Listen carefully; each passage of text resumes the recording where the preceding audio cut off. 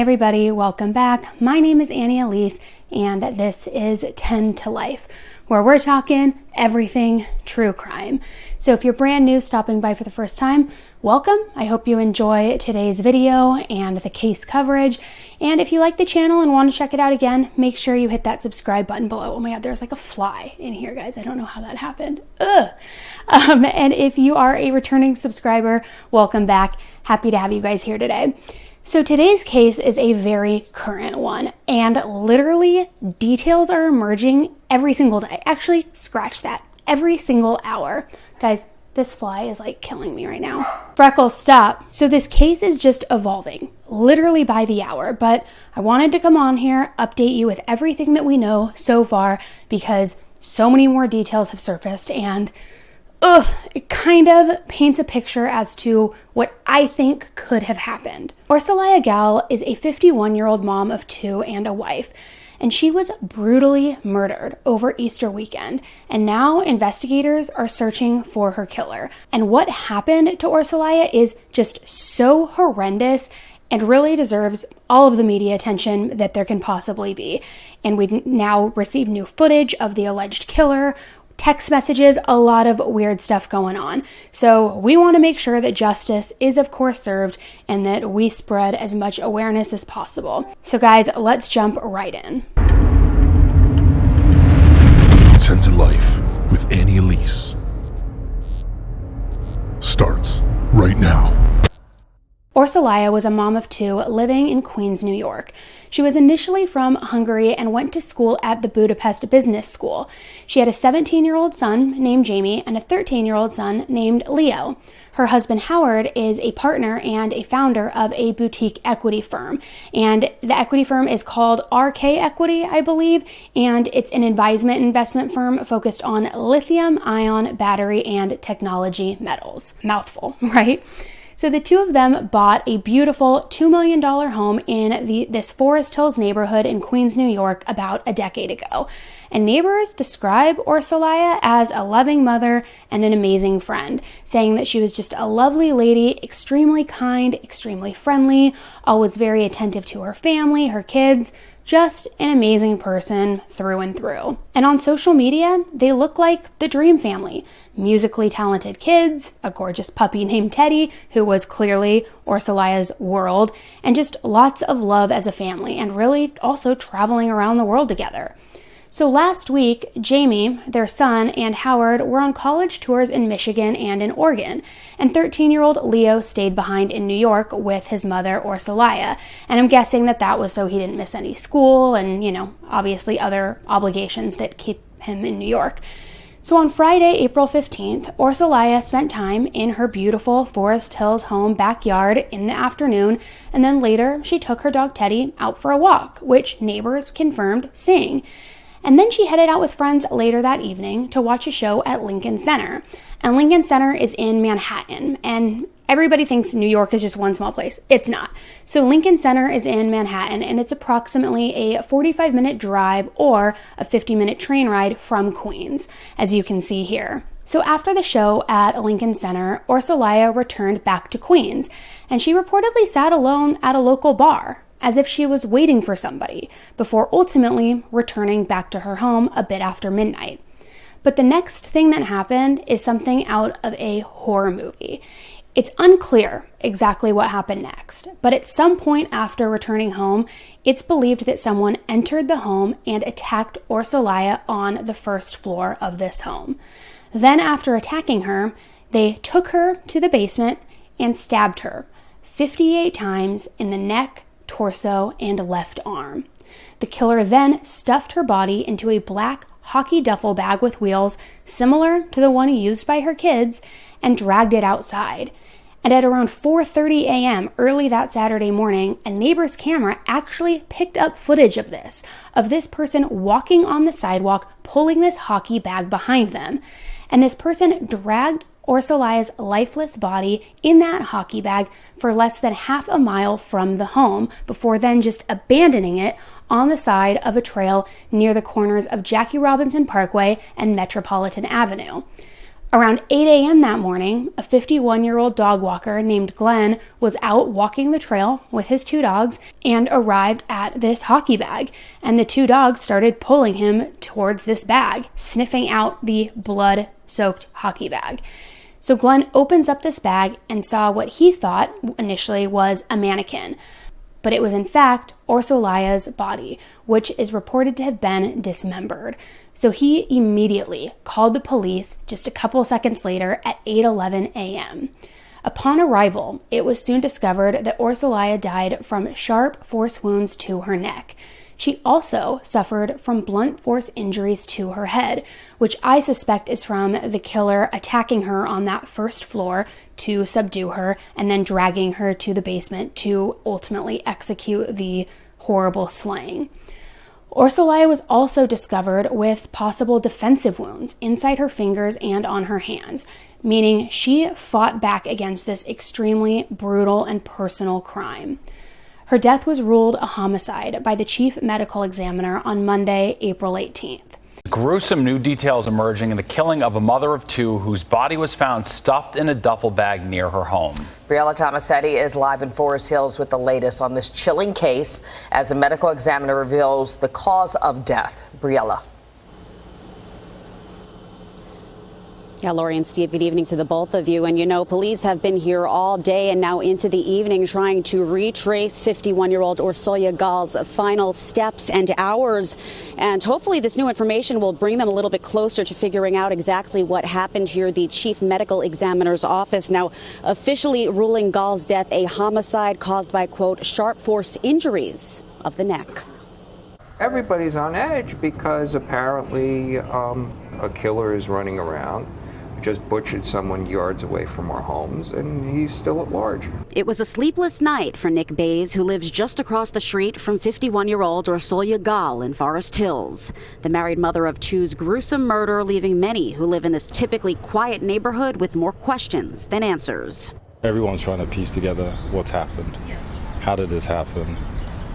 Why did this happen? This is unimaginable by anyone's standards. I really didn't know what the family dynamic was, or what their domestic situation was at all. Bays says crime scene units were on scene all night, police going door to door on Juneau Street, combing for evidence and searching for surveillance footage. This afternoon, investigators left Gaal's $2 million Tudor-style home with a full cardboard box and garbage bag. It definitely sounds like foul play was involved, and I'm so sad for the family. Police say Gaal was found dead, stuffed inside a duffel bag on nearby Metropolitan Avenue at around 8 o'clock Saturday morning after a dog walker called 911. The blood trail leading detectives right back to the family home. We've been over their house, they've been over at ours. Authorities took Gaal's 13-year-old son into custody, where he was questioned and later released. Neighbors say her husband, Howard Klein, and older son were out of town over the weekend college hunting.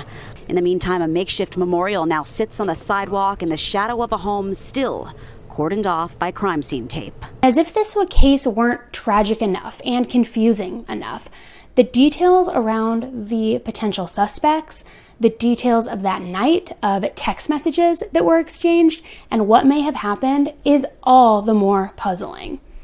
After discovering Orsolya's body, the police immediately began their investigation.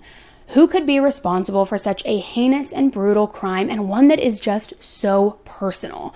Because we know that not only is stabbing a very personal method of murder, but the fact that she was stabbed nearly 60 times is a clear sign of overkill and passion, typically meaning that the killer knew Orsolya and that there was some very bad blood between the two of them.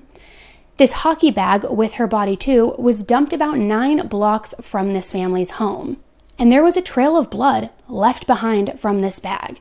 So police followed that blood trail left by the bag, which led them directly to Orsolya's house. When police arrived at the house, there were no signs of a break-in, indicating that Orsolya did in fact know her killer, or that the killer was told how to get into her home.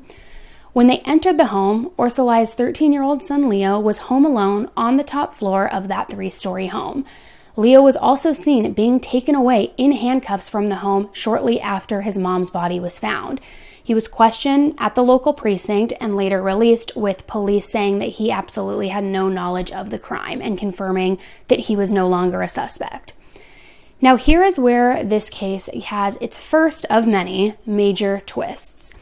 Somewhere in the middle of the night, on the night of the murder, Orsolya's husband Howard received a text message, actually multiple text messages, from Orsolya's phone, and one of them said, "Your wife sent me to jail some years ago, I'm back."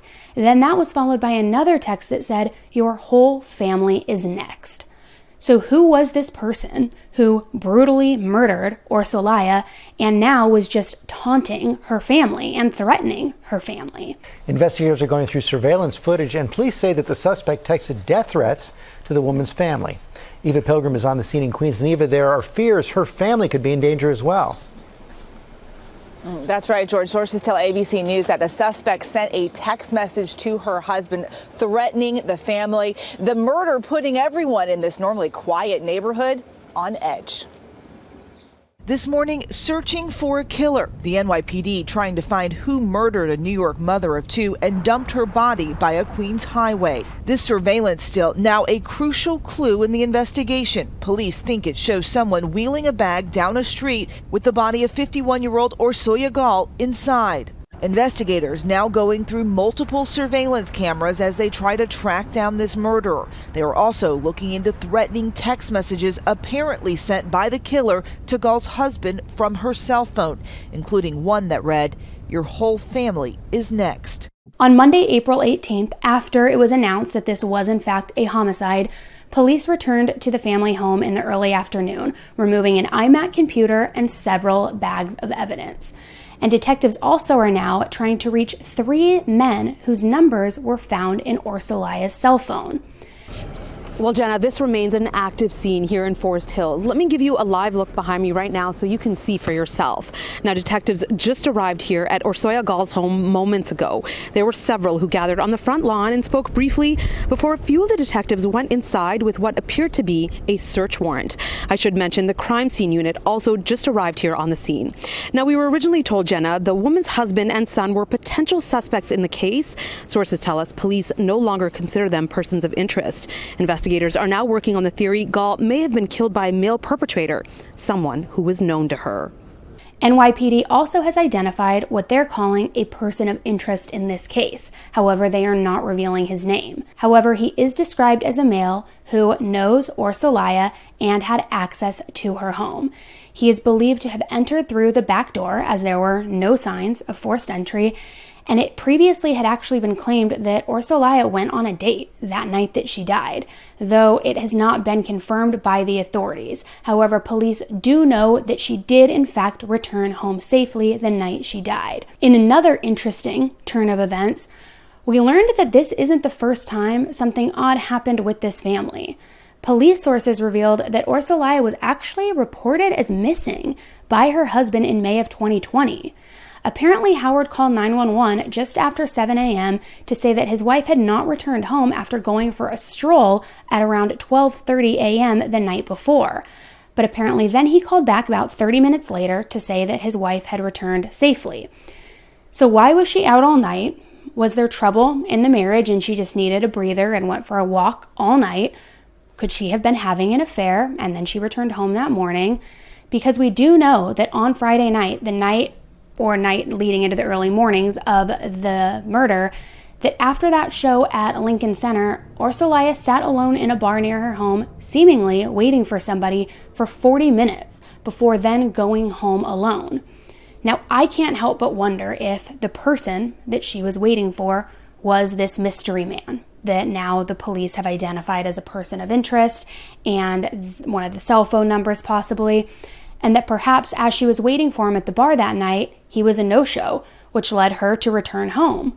Or perhaps he texted her that he was running late and she advised him just to meet her at her home. But if that's the case, and if this person is somebody who she was having an affair with, what would be the motive for such a brutal attack? Could he have also been married, and could Orsolya have maybe wanted him to leave his wife and threatened to tell her, which then resulted in him, getting rid of her in such a rageful way? Or could his wife have discovered the affair And did this mystery man not show up to that bar for over 40 minutes because his wife had already caught on to what was going on earlier in the day? And could she have been the one who was waiting for Orsolya at her home? Because the fact that the murder was just so brutal and so personal and such overkill means there must have been a personal conflict and a motive there. The other option here, though, could be that her husband orchestrated this, knowing that he would be out of town that weekend with one of his sons and that she was having an affair, almost like it would be the perfect alibi for him. Although, if someone were to hire a hitman, it is my belief that the crime would have been executed a little bit more carefully, because the fact that there was a blood trail from the house to the hockey bag and then text messages were sent doesn't exactly scream professional hit to me. It does make me wonder, though, because whoever the killer is walked 9 blocks to dump Orsolya's body. So did they not have a car with them to transport her body? Did they live locally and were they on foot? Did they maybe take a ride share to her house? And also, to put Orsolya in the bag and then wheel it away rather than carry it or try to dispose of it in another way makes me wonder, was the killer not very strong? Could it have been a woman who had no choice but to drag the duffel bag due to the weight of it? Lots of questions that I'm sure that we are going to get answers to very shortly, as literally, again, information is popping up minute by minute. But let me know what you guys think and who you think is responsible in the comments below. Also, what do you make of the text messages that were sent to the husband? Was it in fact real, and was it somebody who she had previously sent to jail? Or were these text messages done in an effort to throw the police off as to who the killer really is? Or even more, in an effort to make the police not look in a certain direction, such as the husband, if he was on the receiving end of these text messages. Let me know what you guys think in the comments below. I'm going to keep you guys updated as we learn more and more details. I'm guessing that they are closing in very, very soon, especially if they seized the iMac yesterday and other evidence. I'm assuming that's because they want to look at the communication history and perhaps it was on the computer, maybe they met online, who knows. So I'm guessing that we're going to get the answers very shortly here. So I'll keep you updated. Remember, if you want to be notified of those updates, turn your notification bell on below. And if you haven't subscribed to the channel yet, make sure you do so because it's free and because you'll know when I post new updates and new case videos. All right, guys, thank you so much for tuning in to this case with me today. Please say a prayer and leave your well wishes for Orsolya's boys and her family below. And hopefully this killer is brought to justice very soon and her family can get some answers and some accountability can be had. Thanks again, guys. And until the next case, stay safe.